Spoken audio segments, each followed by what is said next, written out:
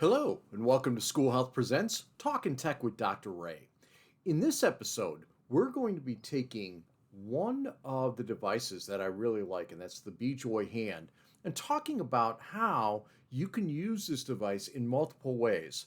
For many of you who might already be familiar with the BJoy Hand, one of the things we've talked about in the past is putting this down onto a wheelchair tray or somewhere on a desk and having some Velcro on the back.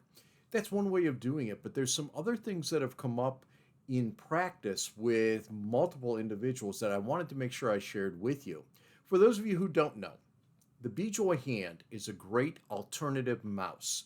So basically the dot here in the center is actually your cursor, and it allows easy use whether you're using an individual finger, a mouse stick, a pointer.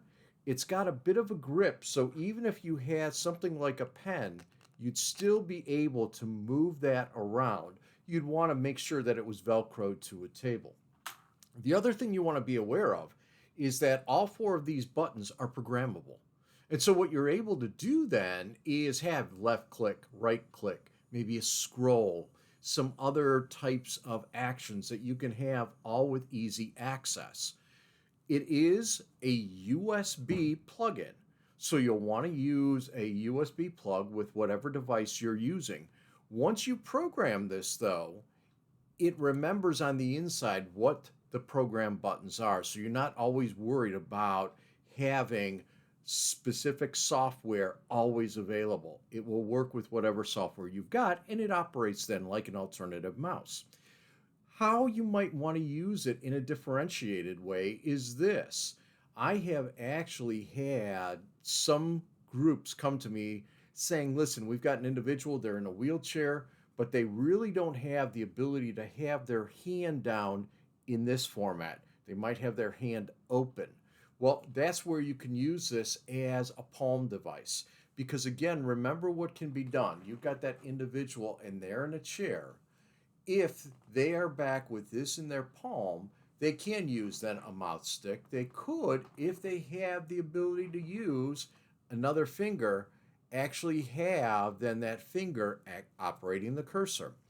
Because of the fact that it's the button that moves the cursor, unlike a Bluetooth mouse or other types of alternative mice, if someone's got it in their hand and is holding it, and has some tremoring going on, maybe has some ataxia where they've got some issues where it's got fine motor control, it's okay. The cursor's not going to move no matter what I'm doing or shaking like this until that individual actually starts moving things with the center button.